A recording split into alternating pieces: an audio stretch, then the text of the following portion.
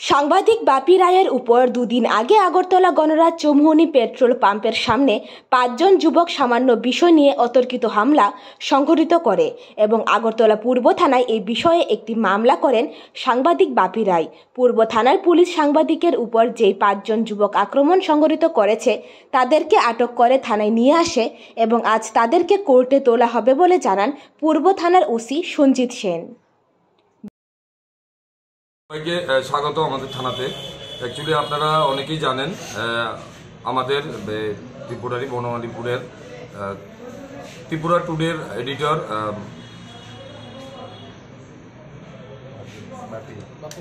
বাপি রায়, উনি গাড়ি নিয়ে যখন এখানে আমাদের গণরাজ চৌমুহনী থেকে বাড়ি দিয়ে যাচ্ছিলেন, পেট্রোল পাম্পটা পার হওয়ার পর ডক্টর একেনাথের চেম্বারের সামনে, তো এখানে 4-5 জন ছেলে স্কুটি নিয়ে যাচ্ছিল বাড়ির দিকে, তেল ছিল না।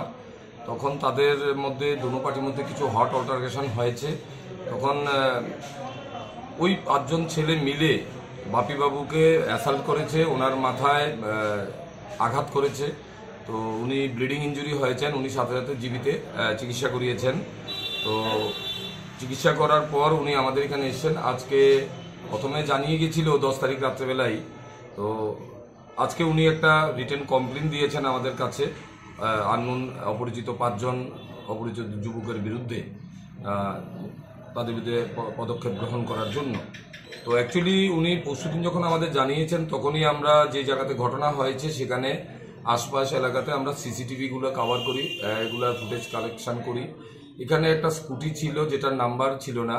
এই স্কুটিটাকে মূলত আমরা পথপ্রদর্শক হিসাবে ব্যবহার করে স্কুটির মালিককে প্রথমে আমরা বের করি, তাকে ডেকে আনি থানাতে।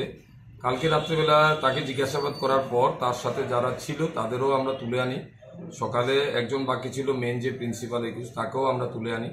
আনার পর জিজ্ঞাসাবাদ করার পর তারা বলে, তারা স্বীকার করে যে তাদের মধ্যে কিছু একটা নিজেদের দুনো পার্টির মধ্যে হট অল্টারকেশন হয়েছে।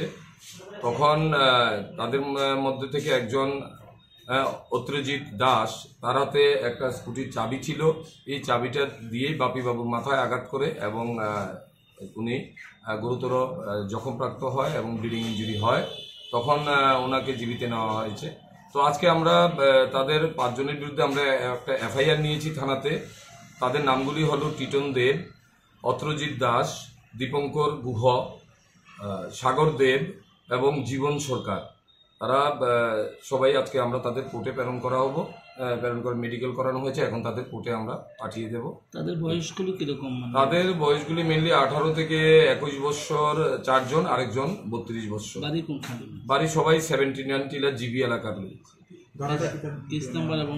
উনি ওনাকে আঘাত করেছেন এবং ওনার একটা স্বর্ণের চেইন নিয়ে গেছেন।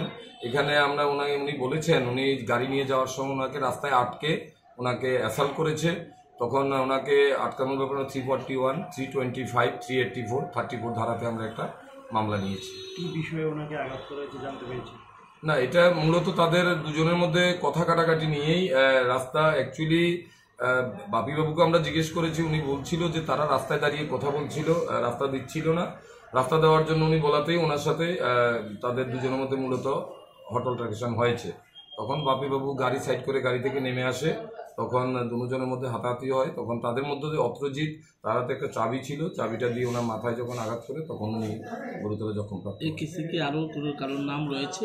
না, তদন্তে এখানে 5 জনই ছিল। ওনাকে আমরা জিজ্ঞাসাবাদ করেছি, বাপিবাবু বলেছেন 5 জনই ছিল।